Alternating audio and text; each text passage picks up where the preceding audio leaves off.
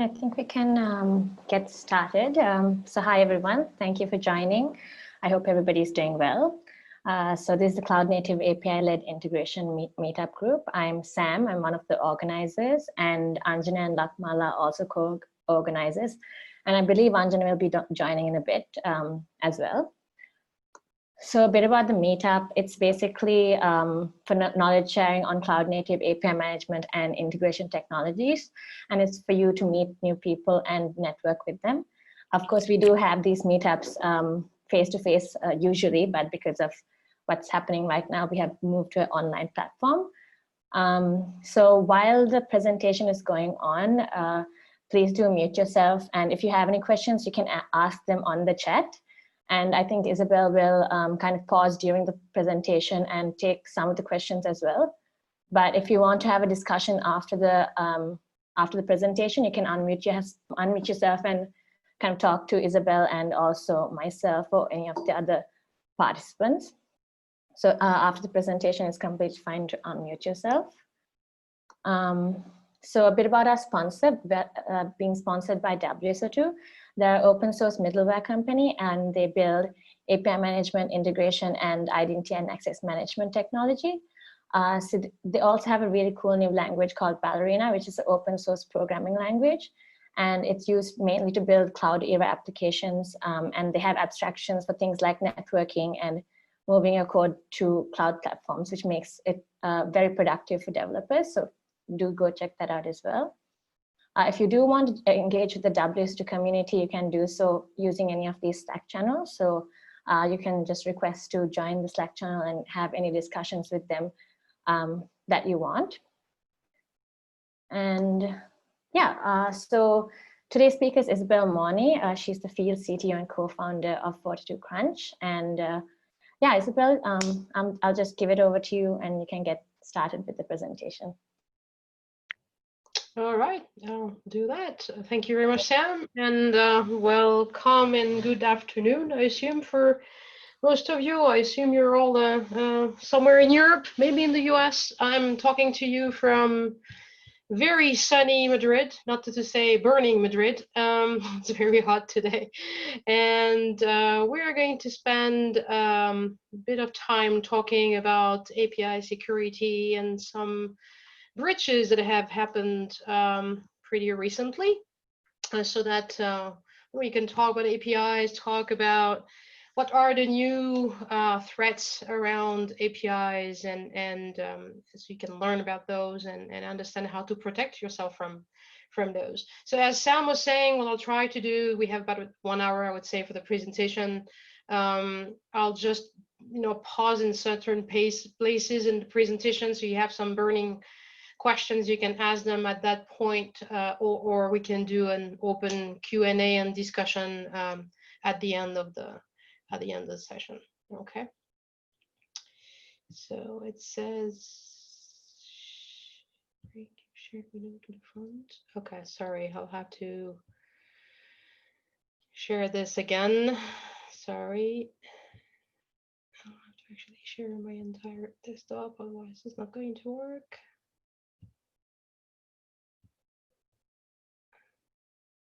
All right. Sam, everybody, can you all see my screen now? Like the first page, the full screen? Yeah. Okay, fantastic. All right. So let's get started. So the question is, first of all, so I'm doing a lot of customer work as part of 42Crunch. The field CTO, what a field CTO is basically the person who kind of works externally with all the customers and partners in adopting our solution. And one of the things that I see happening right now in the market is API security as a word is a very hot topic, which means there are a lot of things that say that they're doing API security. So I thought I would start by kind of defining the scope of what it is that we're going to talk about.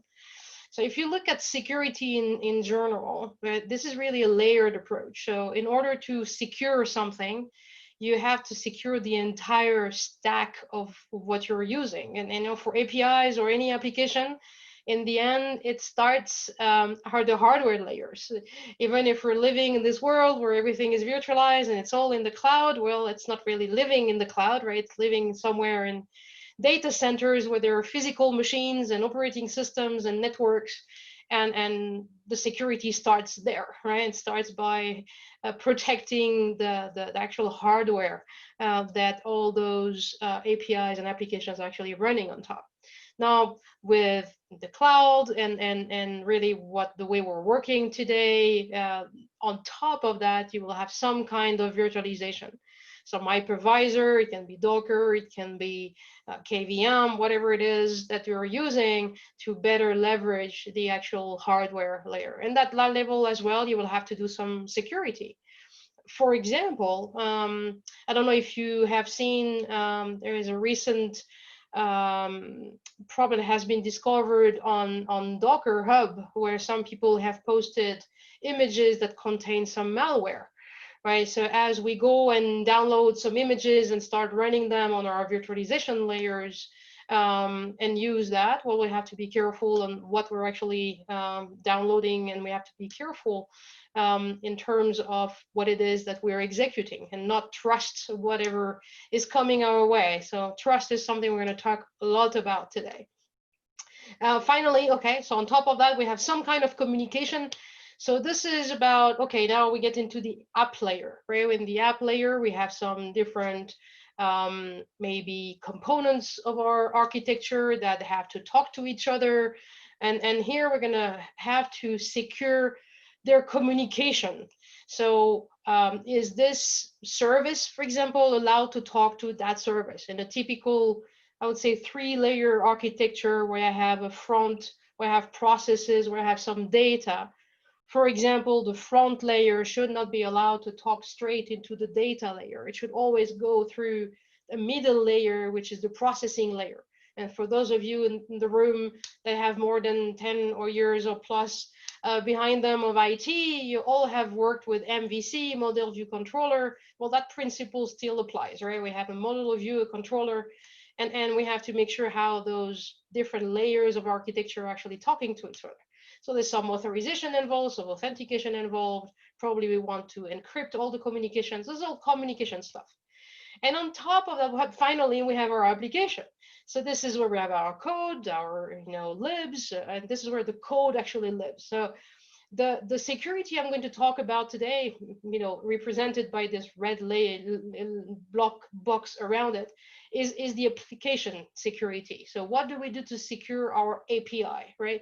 But the message really should be that it's kind of, I would say, not useless, of course, but what I mean is, if you just focus on securing one specific layer of those 4, you're really not secured, right? So it's why if anybody comes and tells you, I have a product that go and do all API security for you, think twice, because it takes a lot of products and a lot of different places in your architecture to do full security, as you can see. You have to consider all of that. So let's focus on this application layer, right? So at the application layer, what do we do?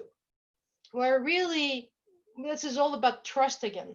One of the key problems we have with APIs today, and I don't know if you're following a bit the breaches which are coming out here and there, is for the past 20, 30 years, the OWASP has been telling people, watch out, the data you're receiving, the information you're receiving, you really can't trust it, wherever it comes from. So if somebody's sending you any type of information, the first thing you have to do is to validate that this information is actually what you're expecting. So you can see this is not at infrastructure level, right? So we're beyond service 1 can talk to service 2. Now it's about, okay, you can talk to me. Now, what did you send me? Did you send me information I'm actually expecting? And if I'm expecting this information, is it in the format? Is it what I am expecting, right? And if it's not, then I should reject this, because that's not what I'm expecting. Also, the other way around, do I return the information I'm supposed to return? So do I have some data leaks, right? Or do I have some exception leaks? So if somebody is trying to play with my API, which is what hackers will do, they will try to send all kind of bad data to see how the API is actually reacting to it. And they will go and fish around and make some calls they're not supposed to make, which are undocumented, etc. what happens if you actually do that, right? Do I leak some data? Do I leak some exceptions? Those tokens I'm receiving, so we're talking about security. I have an identity manager, right? I'm receiving those access tokens that protect my API. Is this, again, the access token I'm expecting? Is it in the right format or not? That goes back to not trusting what we're receiving. And finally, another big aspect of this, and we'll talk about that with a specific problem, is authorization, right? Which is, okay, I have this person who's trying to access, or the system, which is trying to access a specific resource. Are they actually authorized to access that specific resource? Is it theirs, right? They have the right permissions to actually do that.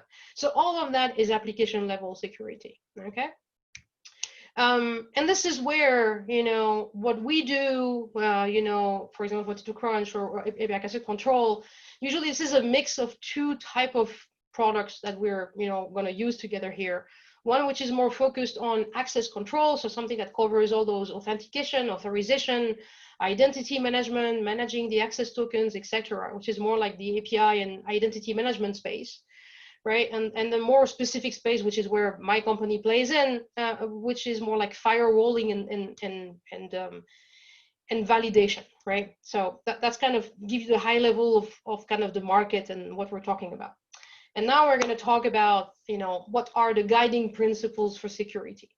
So the first one is zero trust. That is really, really important, right? So this is a very overloaded and overused word as well. But what this means at the high level is you basically don't trust anything that comes your way. Should it be requests from internal applications, from external applications, for partners, for whatever, all the information that gets in your way at every single layer of your architecture, you have to revalidate and make sure that whatever you receive is actually trustworthy, right? So that means you by default, you don't say, well, my system is, trustworthy and I'll look for the bad stuff. It's really about closing everything and opening based on credentials and based on authorization and stuff, right? So we close everything, we open based on the trust that we establish, right? The second thing is, from a security standpoint, most of the people I talk to tell me, oh, Isabel, I only have, internal APIs, right? And therefore, security, yeah, sure, but it's much less important than if I had external APIs. The ones I expose to my partners, the one I expose maybe to the public, because I want them to integrate with my systems. And I'm much more concerned about those, and I'm concerned about, the internal ones. And while this is understandable, from a an approach perspective, it's like, yeah, probably the risk is lower. It is much, much easier to actually consider all APIs as if they were open to the public. So that, yes, we will talk about risk in a minute. Yes, we can put a bit of risk in the picture here. But for example, I'm working with somebody right now who has decided that all the APIs, well, that's the current deployment, all their APIs, which are coming, which are exposed to the outside, actually go through an API gateway. There's some more validation in there, et cetera, et cetera. But all the APIs, the same API, used from internal application, then there is zero control. Like it's open, it's even HTTP, there's zero authentication because they trust the internal configuration of the system, and they trust that the applications do what they have to do, and nobody is going to abuse them, right? But back to trust, there's no trust, right? So just as a principle, just adopt the same, principles of security across the board, whatever your APIs are. That would be a key recommendation, but adapt based on the risk. So this is a big but, in the sense of, it can be very complex, for example, to put some full-blown OAuth access tokens with the proper grant type and add Pixie on top of this, and PKC validation. So all like the top grade type of authentication authorization you can put on APIs. Do you want to do this across all your APIs? Maybe yes, maybe no. It depends what they do, right? if you take the Open Weather API, which is a non-profit organization, an API you can talk to, maybe you don't even want any authentication. Or if you take the one part of the open banking APIs, which are the ones for listing the ATMs around my house, right? Well, let's think about this. The data, is it sensitive? Not so much, right? It's only access in read-only, because you cannot create a new ATM, nor can you create the weather, right? Nor can you delete any of those things. You can, so there is a risk, because I'm opening a port to my systems, and there's always a risk when I do that. But now if we stay in the banking and industry, and now we have an API which allows to do payments, so we start transferring money from one account to another, now you would agree with me, I guess, that the risk is much higher.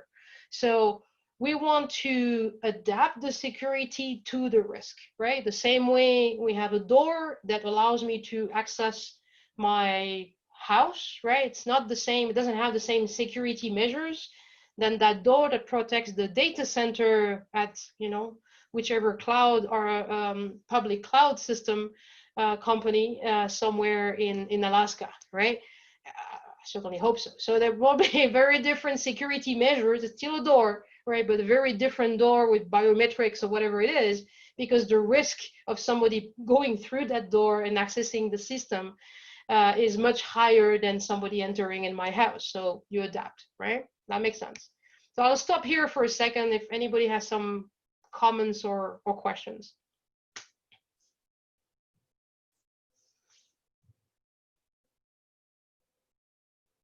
And it's not? Okay, well, move on then. Okay, now those are my guiding principles. Fine. Now, what is it that we have to protect?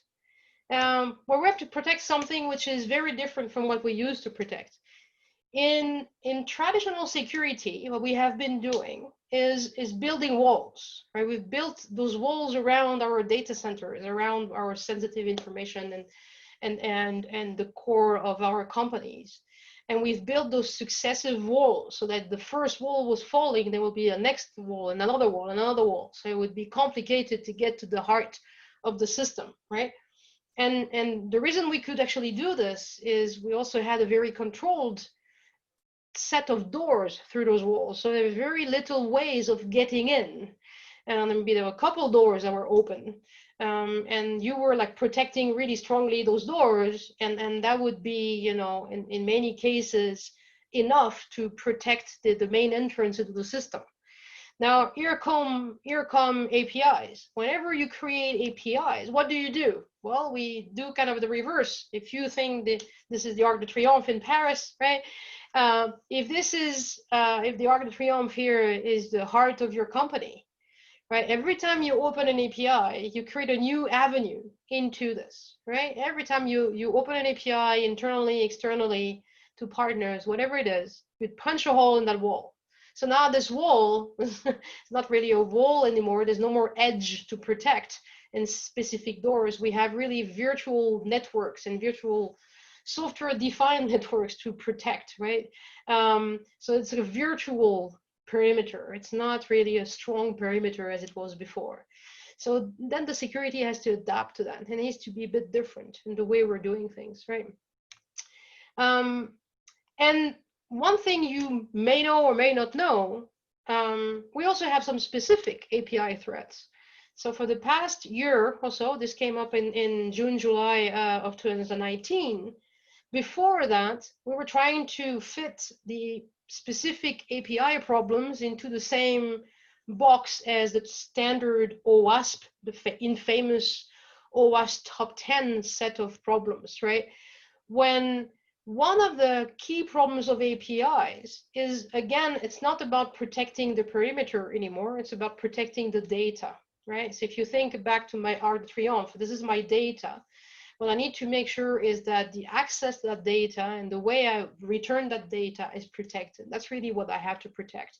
And if we look at those problems that are listed as part of the OWASP top 10 for API security, The first 6 of them are really brand new in the way that they are described because of the way APIs work and API traffic, right?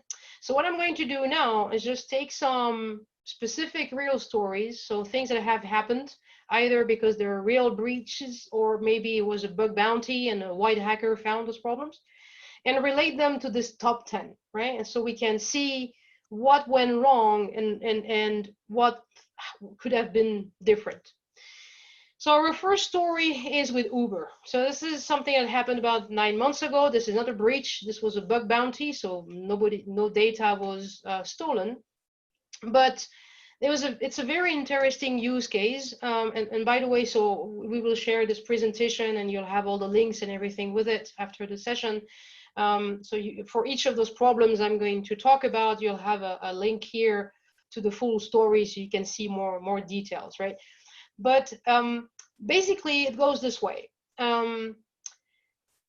Uber has an API which is used from their mobile application, right? And what the hacker found was that if you were putting, if you knew about a phone number, you could enumerate a phone number or an email address for Uber driver, right? When you were calling the API, and I remember what I told you at the beginning, hackers, they don't play nice. Well, what they do is they throw data and see how your API is actually reacting to make it fail. And that's exactly what they've done here. They start calling the API, a specific part of the API, using those phone numbers and email addresses until basically there's a hit in the back that says, oh, you cannot call this API for this driver, which means it has found in the database somebody that matches that phone number or that email that you have inputted.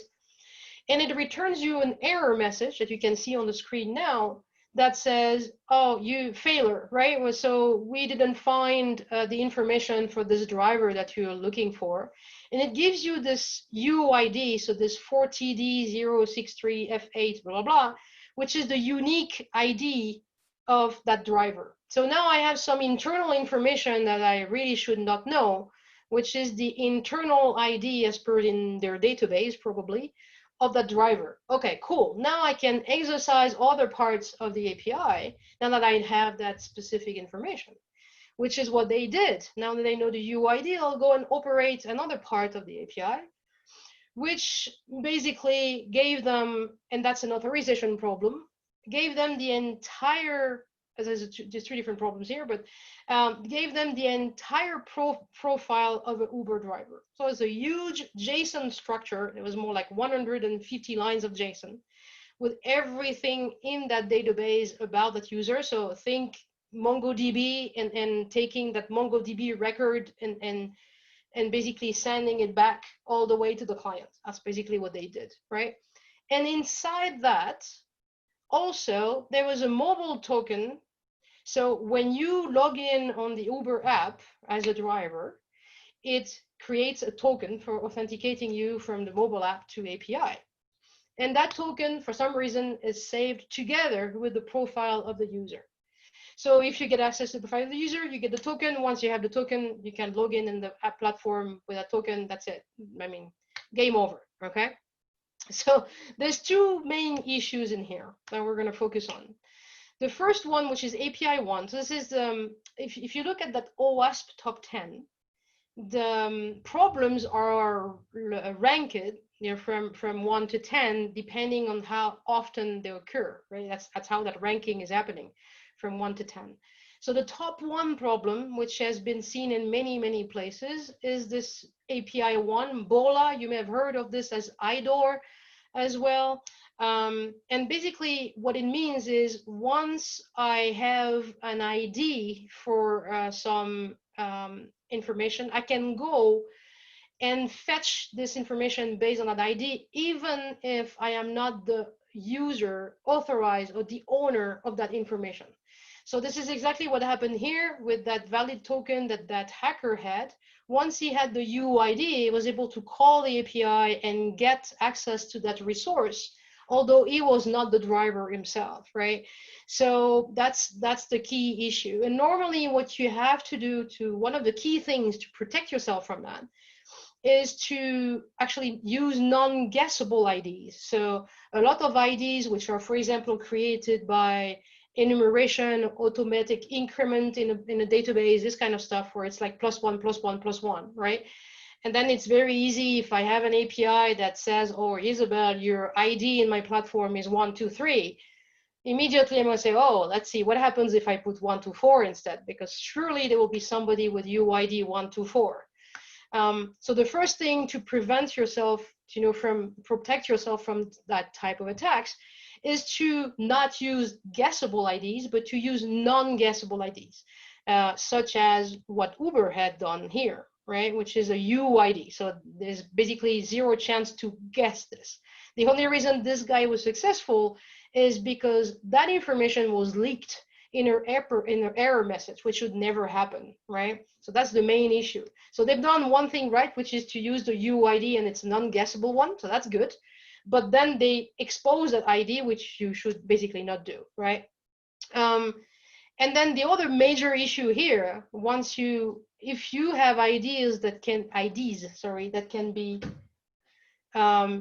be guessed, then is to apply authorization on top of things, okay?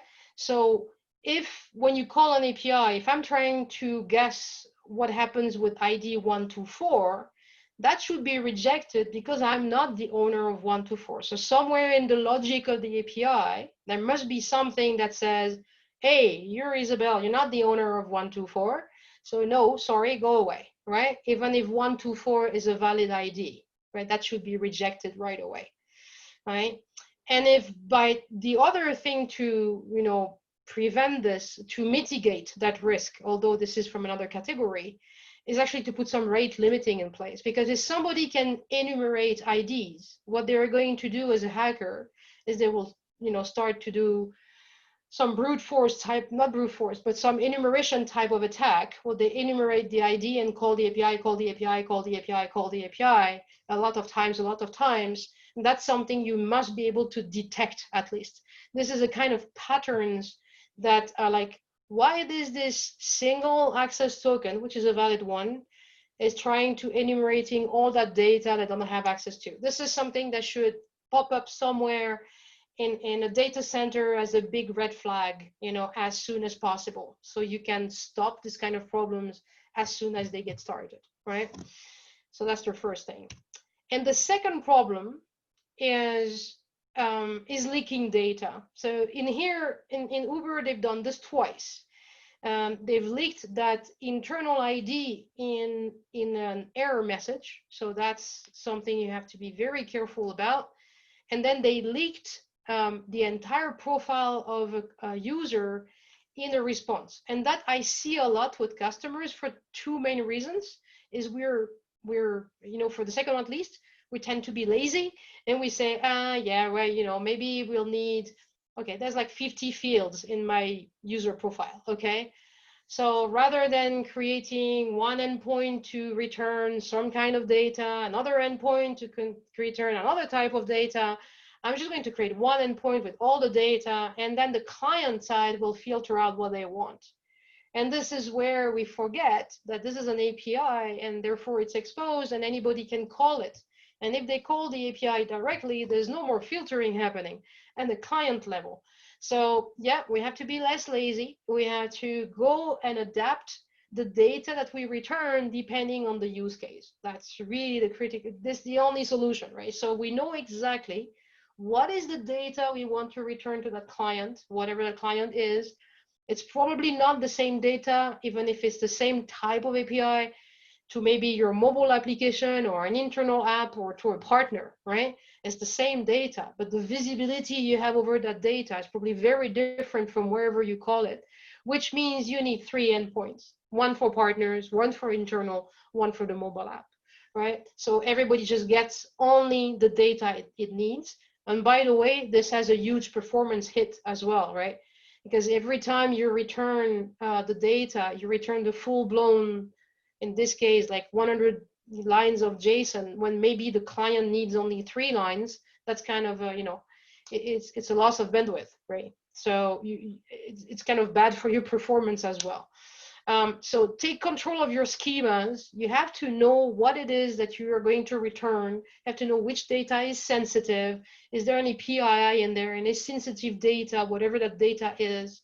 And those need to be reviewed and approved and controlled and governed so that nobody can inject in there some information they're not supposed to inject when they return information through the schemas. That's very critical. So it's a bit of work, but it's necessary work to make sure we don't expose too much information. Any comments or questions on this one? Isabel, I think there's one in the chat. There's one in the chat. Okay. Let me look at it after then. Okay. We'll take those at the end.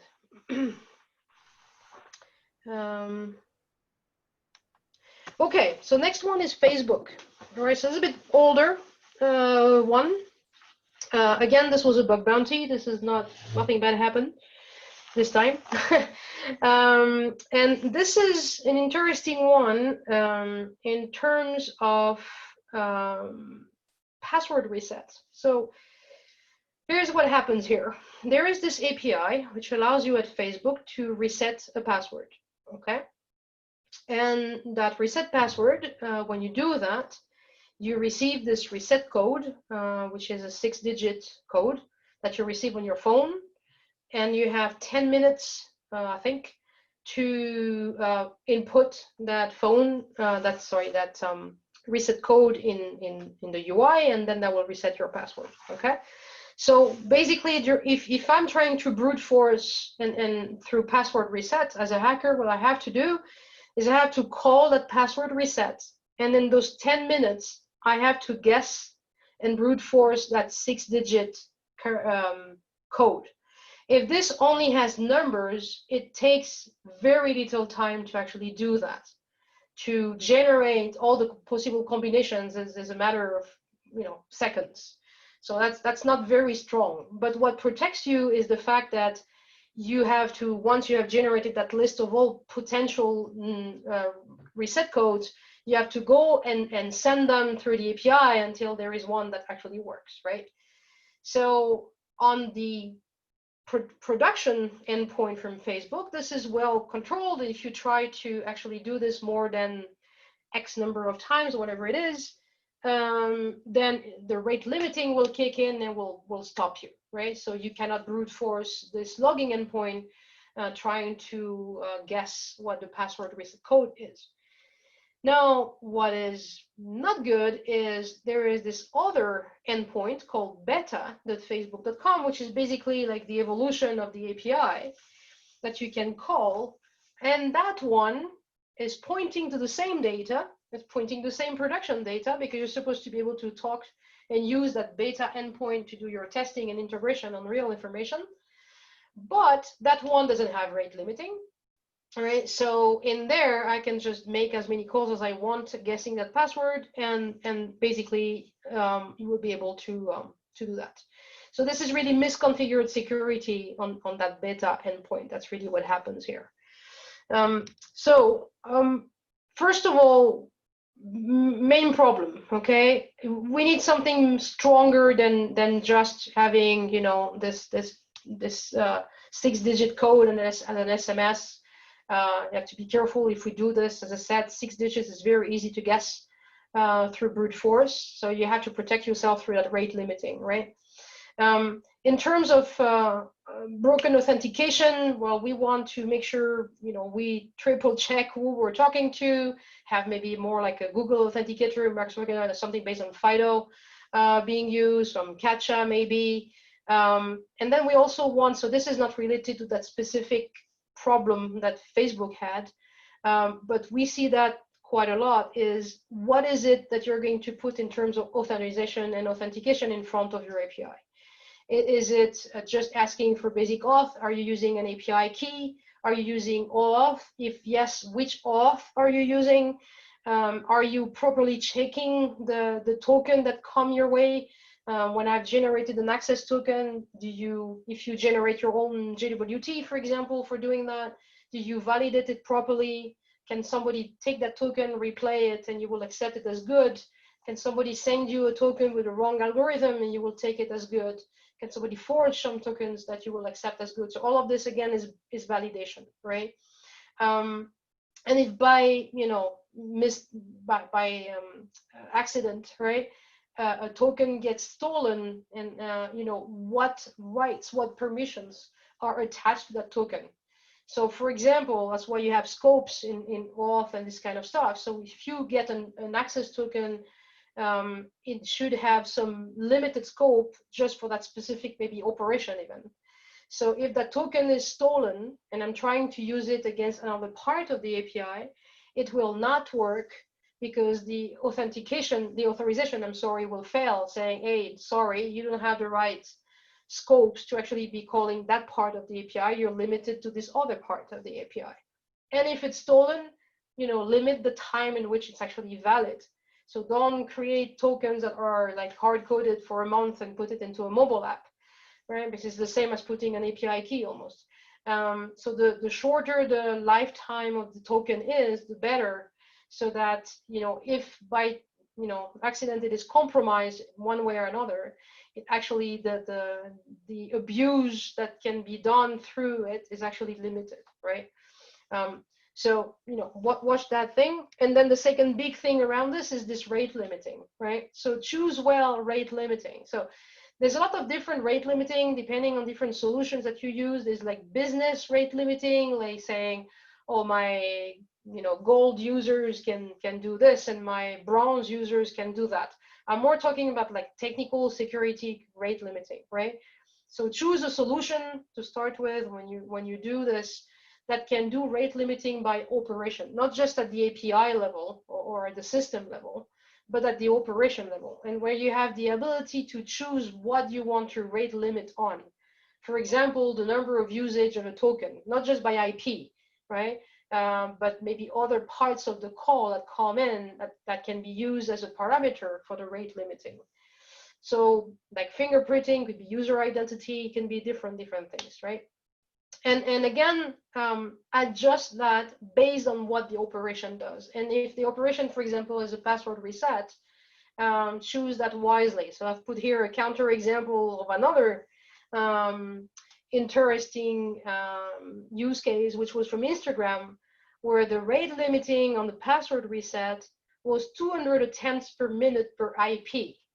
So the gentleman, the hacker who actually got the bug bounty for this one, was saying, since it's per IP, it's very easy to forge an IP. And even if you don't forge an IP, it's very easy to go to any public cloud, put a credit card, have a Terraform little script that will create 1,500 machines. Those 1,500 machines all have a different IP, right? And they will go and hammer the API until one of them wins and finds the proper password reset. And in their case, they put 200 attempts per minute, which obviously is not made for a human, right? As a human, there is no way you're going to be able to do 200 password resets in a minute. And this is definitely a human functionality. It's not a machine functionality, because I'm resetting my password. So it's a person on the other side of the screen trying to do that. So probably more than 5 per minute is already a lot, right? So, choose those limits wisely, depending on what the operation actually is, right?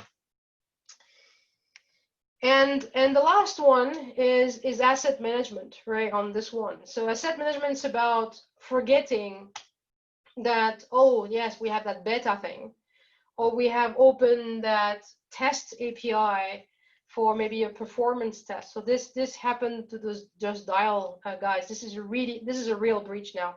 We're talking about millions of records that got leaked. And the reason was that somebody opened the similar API to the production one, exposed to the internet to be able to do some performance testing, right? And they removed security because it was too complicated to configure the tool that was doing the performance test, the client one, to actually generate the tokens and refresh them and all that stuff. So they said, okay, let's remove security because we want to manage, we want to test performance and functionality anyway, and not the security layer. So they removed security, and and they forgot to remove the endpoint. So that endpoint stayed there open, and of course it was pointing to the production data. So the day somebody discovered that endpoint and starting fishing around, they were able to basically get all the production data from the system through that unknown API.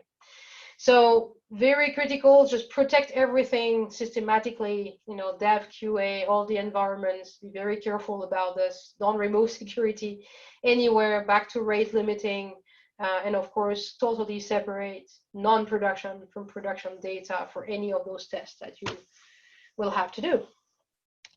Okay. All right.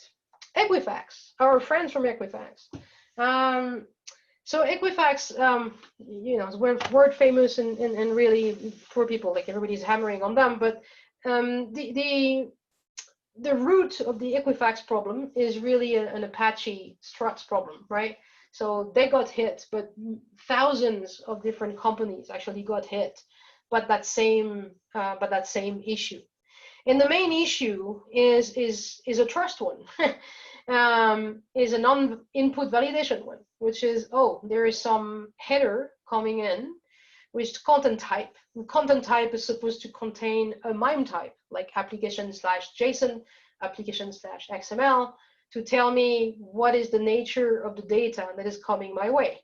And normally the first thing you should do in your code or in anywhere that that hits first when somebody makes a call is making sure that that content type you're receiving is actually the one you're expecting. If I'm expecting some JSON, then there is no reason to actually receive a content type that will be something else and to consume it.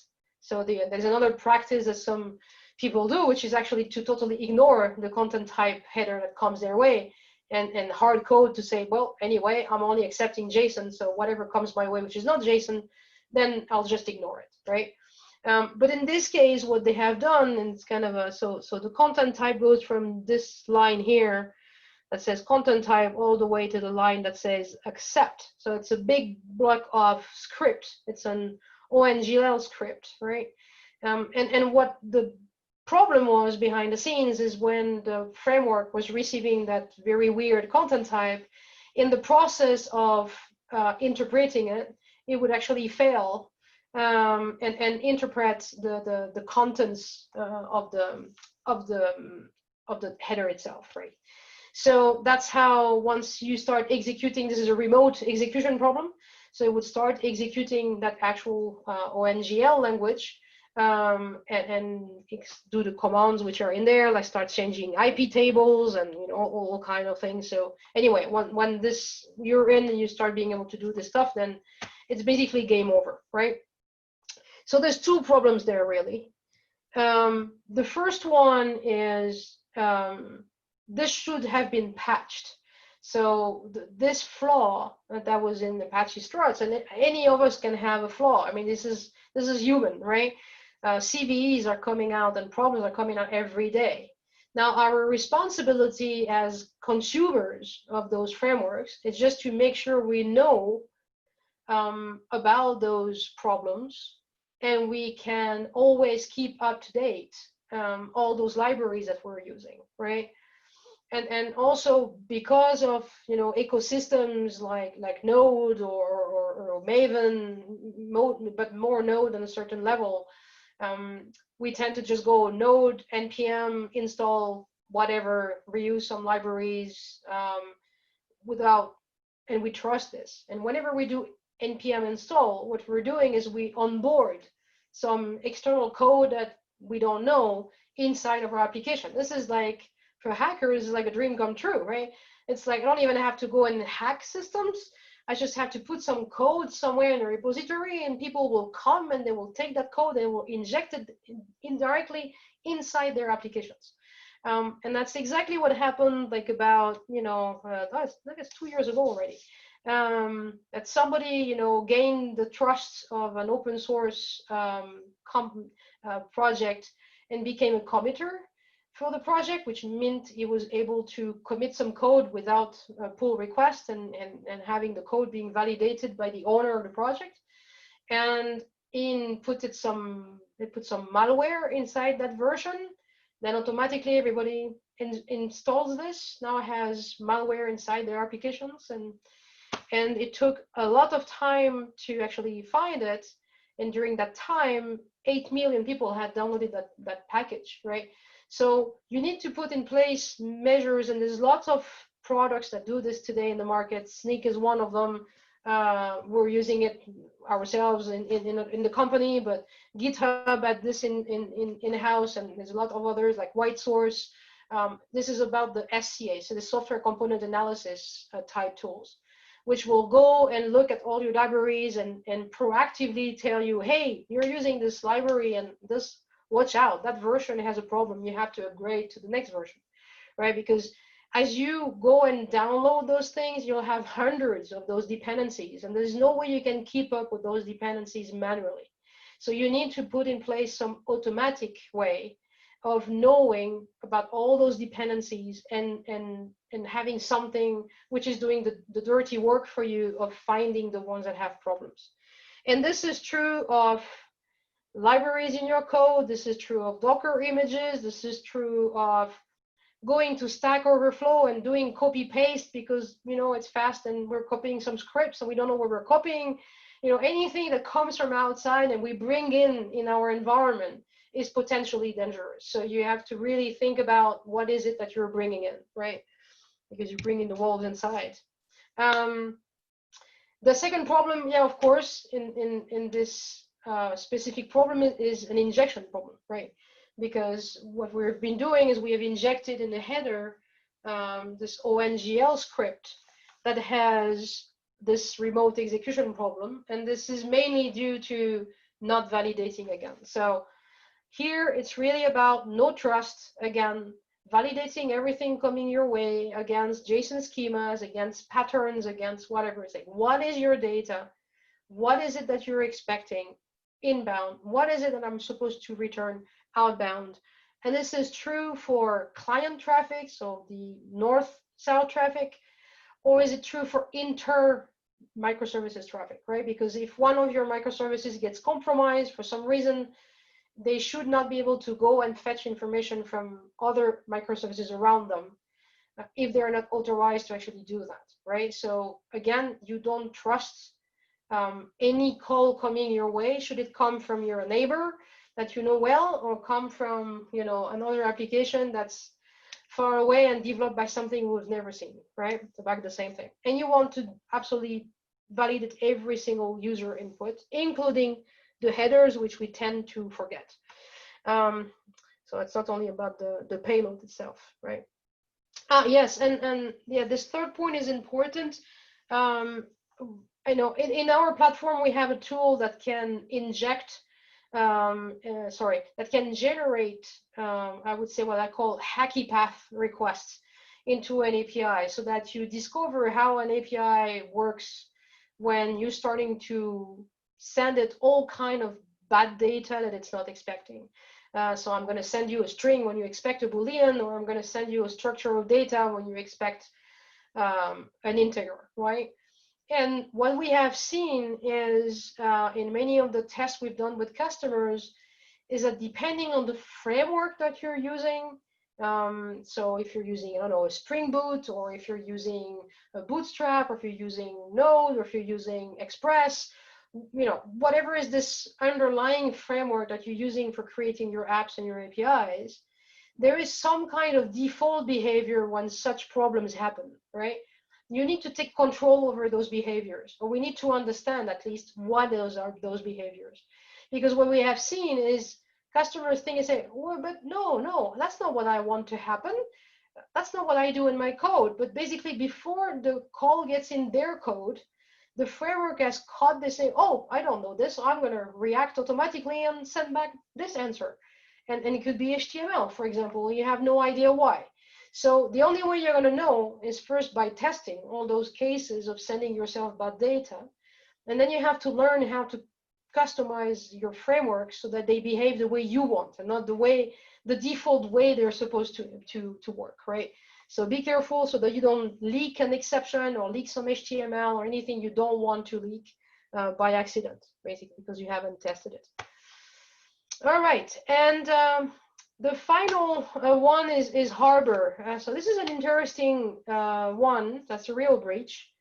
So if you don't know the Harbor registry, this is an open source Docker registry. And here, what happened is you were basically able to make yourself administrator of the system with a single API call. And why is that? Is because this API accepts extra data on top of the data it's supposed to accept. So there is this API which allows me to update the profile of a user within the system, okay? And looking at this API and looking at the information it returns when you do a get, right? So when I get profile, it returns a number of things. And one of those things it returns was saying as admin role equals false, right? Which means somehow, if I can change that flag to as admin role equals true, then I become an administrator, right? So how do we do that? Well, very simply, we just inject that extra property inside that payload that says as admin role equals true, right? The same way we've seen as admin role equals false in the profile. And it works. And the reason it works is because we have a tendency to take the data as it comes. So I don't know what the database is behind Harbor. I didn't look, but it would work in a MongoDB or something like this, for example, where I say, oh, this is my JSON object, and I just update my entire profile for my inbound JSON object without validating what this JSON object actually contains. So there's two problems here. One is I should not accept this call because only the things in green should be accepted in that call. So that's the first problem, right? I should not be able to inject some extra information. And two, on the back end, even if there is this information there should be some admin function or something that, I should not be allowed to make myself administrator. So there's also an authorization problem there. So again, what is this? This is called mass assignment, right? It's API 6.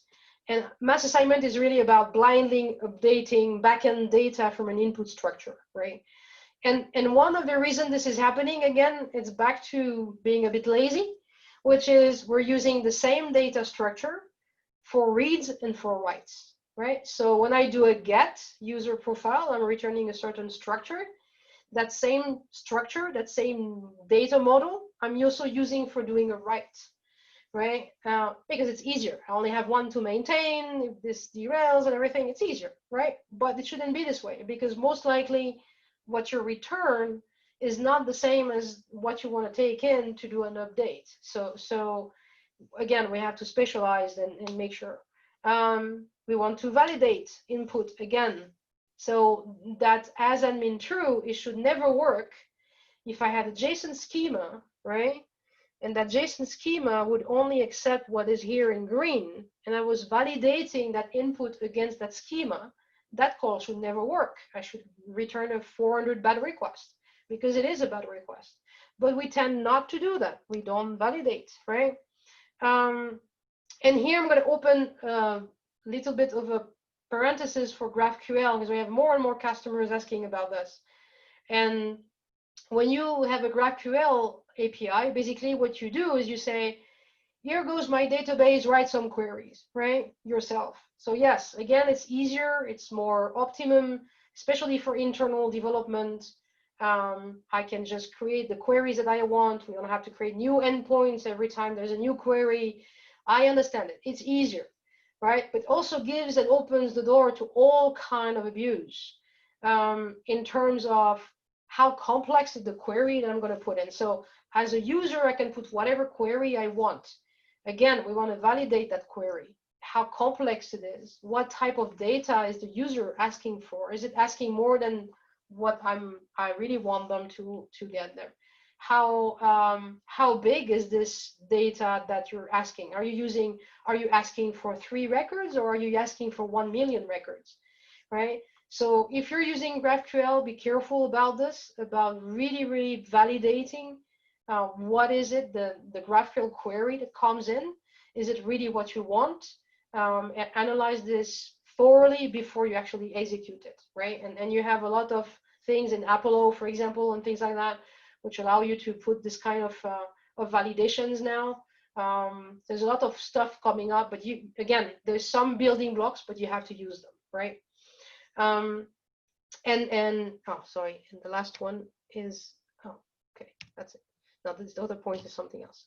It should be in a different page. Yeah, because this problem from Arbor is also that they left the typical admin on with the default port on. So all the default administration port settings open, like the 9200 port on Elasticsearch, or 27017 on MongoDB, or 8080 on Tomcat. All those very well-known ports is the first thing those bots from hackers are going to go and look for, right? And they're going to go and look for all the ports that are open with those values, because they know behind that there is X, Y, and Z system. And for each of those systems, they have some specific exploit. So change all the default ports, change all the default user and passwords, even if this is a test system, so that none of those automatic attacks can actually work out of the box on top of your systems. And I don't know if you looked at this, but the last point of all of this, of all that top 10, is about logging and tracking and monitoring, right? And it's very, very, very important in all of those things, in every single API, that you know what's going on, right? So you have a trail of everything that's happening through the API. It can be, of course, it's going to be useful for debugging purposes. That's kind of obvious, but also for forensics, for detections. You can maybe take some models from SIEMs and things like this to combine and find some trends and find some patterns. If you don't have any of this, you'll never be able to know any patterns across your different API calls and detect some abnormal patterns, for example, right? So just write down everything. Even if you don't exploit those logs fully the first day, you will over time. But if you don't, this is like putting debugging comments, as I always say. If you write some code and you don't put those like console log or log.debug or whatever it is as you go and code, going back on an existing piece of code and starting to put debugging statement, that's like, oh my God, well, it's the same for logging, right? If you have to go back to hundreds of APIs and start putting logging information in there so we know what's going on, it's going to be a terrible work to do, which is really easy to do when you do it as you go and as you develop, right? So just go and make sure you have all this activity and push it to places where you can actually analyze them, like SIEM, okay? So that's it for like the breaches. I'm going to open it to the questions and read them in a second. So usually, there's two things that happen out of this presentation. I've done this a couple times now. Either you're like, yay, I've done everything fine. I followed all the rules. My APIs are fantastic. Thank you, Isabel, but that's fine. I'm good, right? Nothing for me to do here. Or maybe more likely, you tell me, it's like, oh my God, where do I start? Which is, I probably have like plenty of those issues, right? I have to go and revise all of this, especially if you have dozens, maybe hundreds of APIs. Doing this after the fact is kind of, can be overwhelming, right? So where do we start? First of all, pick your battles, right? So across your APIs, first rule of everything, you should really know what you have. Right? How many APIs do I have? What type of data do they manipulate? What is the risk associated to them? So you have a really, you need governance around all this to know what you have. This is a key first step for security, is to know what is it that's running inside my company, right? Now, among all of those, pick 3, 5, 10, I don't know, depending what you have. Pick those and pick them depending on, if somebody happens to them tomorrow, will you get in the news? Will your competitors take advantage of it? Will you leak some so sensitive data you'll have a lot of problem with the customers? Pick those, like the most critical ones. And then start establishing a threat model around those, right? What are the potential threats around those specific APIs, right? And, you know, across the board, what's really critical is really to start thinking about all those problems that I mentioned as early as possible. One of the key issues we have with APIs today, and we've had for, you know, with security in general for a long time, is we tend to think about security way too late, right? There's still this like division between the developers do their thing. When they have finished, they'll just give it to the security guys that do their thing. And when the security guys are happy, we'll give it to the ops guys that do their thing, right?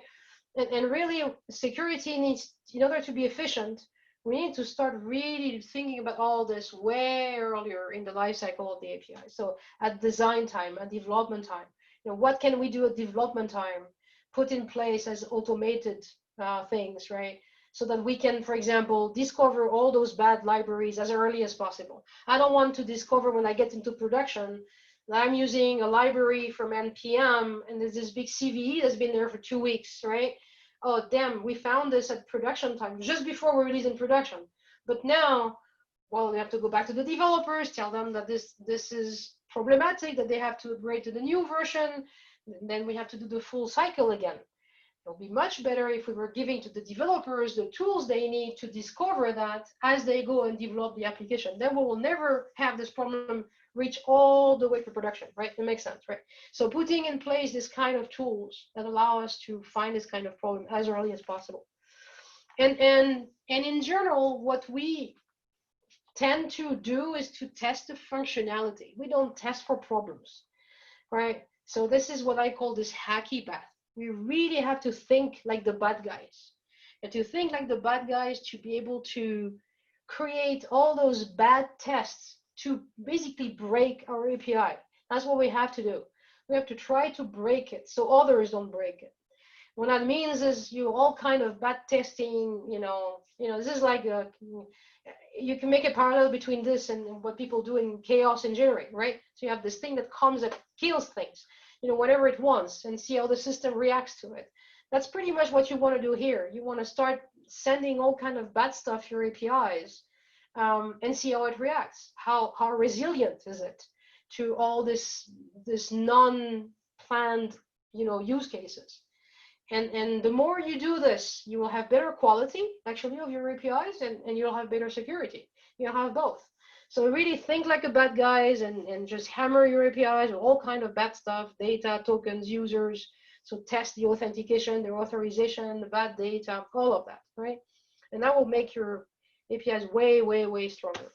And again, back to automation. Automation is really critical, right? So if you have 10, 100 APIs,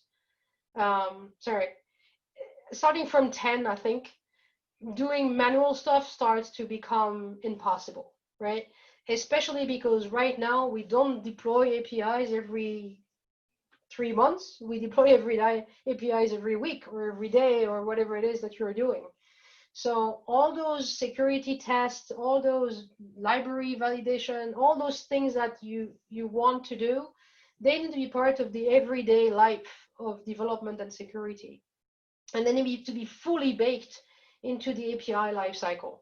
So I have my code of my API, I push it to some repository, and some magic happens behind the scenes. I have validation, I'm looking at my code, I'm automatically running the tests, etc., etc. So we don't need to think about it, because every time we do some new code, we have all those tests happening automatically. It takes some time to do this. It takes certain maturity to do that. But only if you start investing in that will you free some time from all those manual tasks, I would say, right? And you will enhance again the security of your APIs. So that's what I had for you today. I hope this was useful, and we should just get, I guess, the conversation started.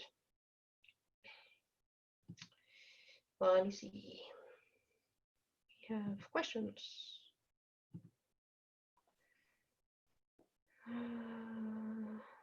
Okay, you mind just putting this way? Just stop sharing. Okay, so you guys still here? Everyone? Yeah. Okay. Can you see the questions, Isabel, or should I read it out? No, I can see the questions, yeah. Osiris, okay. How important is it to protect APIs?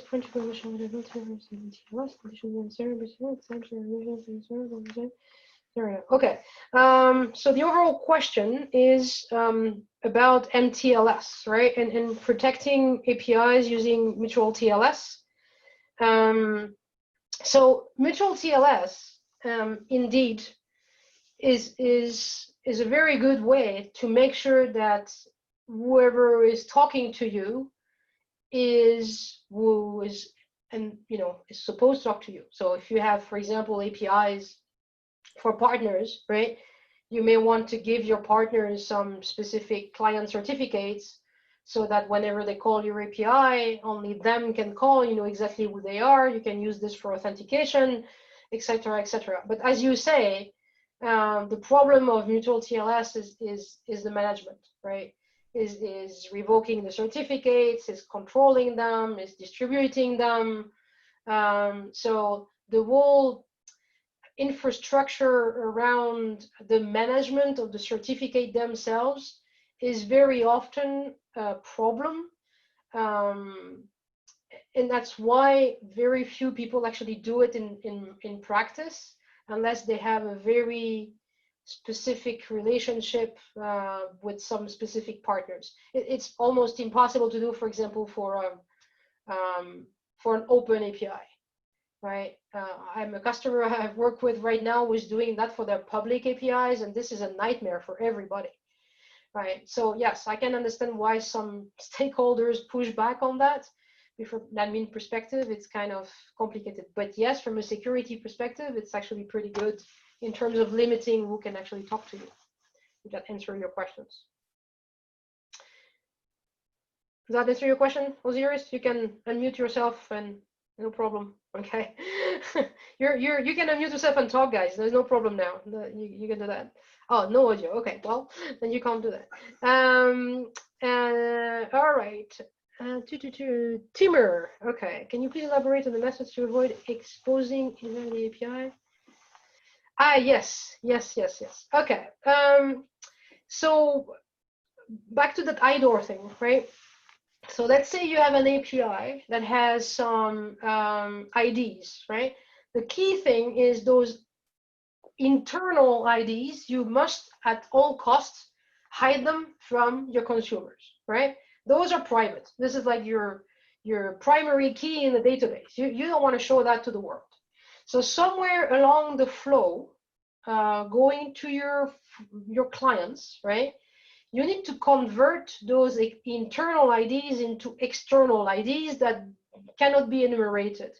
So one of the things, for example, you could do is to switch them, like keep a mapping if you want, and switch them on the fly.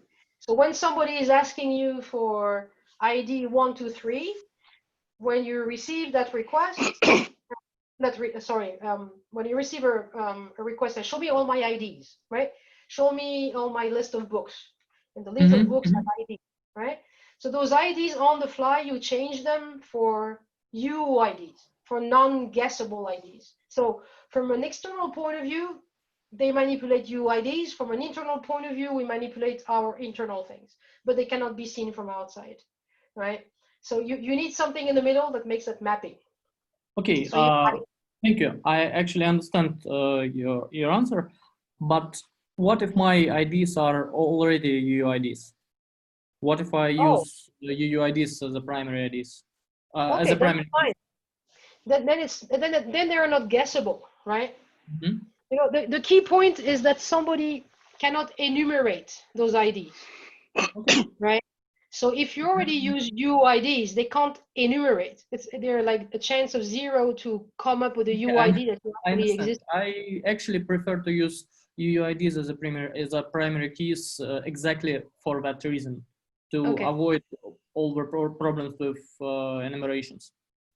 Yeah, Then if you use already UIDs, you have half of the most of the work done. Then the next step will be to put some authorization on top of that, just to make sure you cannot access the UIDs of somebody else. If by chance somebody knows a UID, which actually exists, and then that will eliminate 90% of that problem. I just thought after your example about Uber, I just thought that maybe even UUIDs are no go, and I will need to mask them further.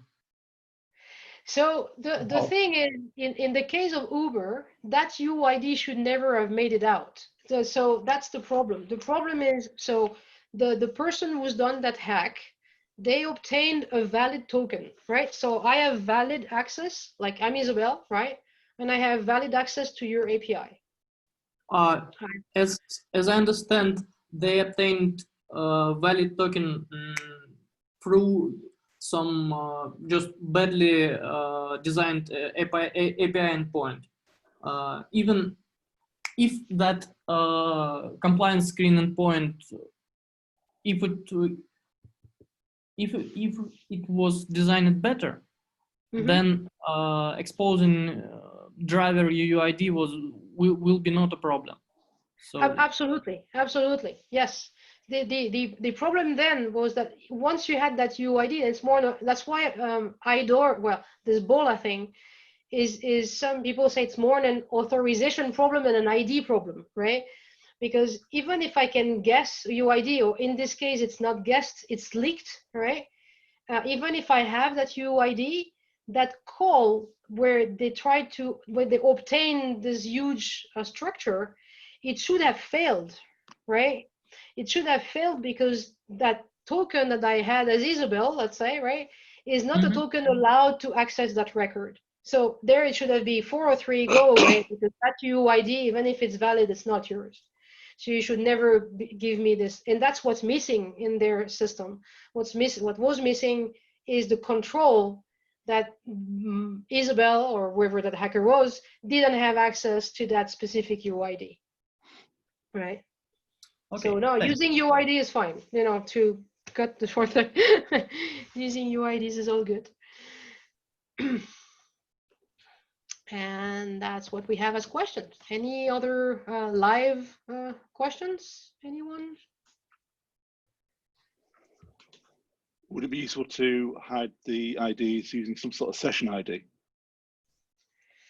Yes, that's another recommended way, actually, which is to keep in a session the IDs which are attached to that specific user. Right, so if you try to access an ID which is not part of the session and it's not known, then also should be rejected. It comes down to the same thing. Yeah. Yeah, redirection. Yeah, exactly. Thank you. Can you maybe recommend some tools that check dependencies on a project from security standpoint? I know that GitHub fairly recently enabled such checks for public repositories, but well, in our company we don't use GitHub. We use on-premise GitLab, and I'd like to have something like that. Well, language-wise, we use JS, Node, Go, some Java for backend. Okay. So one of the tools, what we use, and so I can only talk to what we use, which is Snyk, so which is SNYK, right? That does this as well. Does it really well, actually. It will also do it proposes some pull requests for you on the things that have to be changed. There's White Source as well that does this type of thing. So if you look for software component analysis, SCA type tools, you'll find a list of the ones that actually do that on top of GitHub issues, GitHub security. Thanks. No problem. Any other questions, comments? That's very good, thank you. All right. Thanks, Jason. Well, then I guess we'll close this up. And Sam, I think you'll distribute the Yeah. slides, the present, and the recording, right? Yes, will do. Thank you so much, Isabel, for that great talk. It was really interesting to listen about the like real world examples of these breaches and then how to like mitigate them. So that was really useful, I think, for everyone. And also thank you to everyone who joined and listened in. And like Isabel said, we'll be sharing the slides and the recording on the meetup group. So yeah, thank you so much. We'll catch you guys next time. You take care. You have a great Thanks very evening. much. Bye-bye. Thank Take you. care. Thank you. Bye-bye. Bye-bye.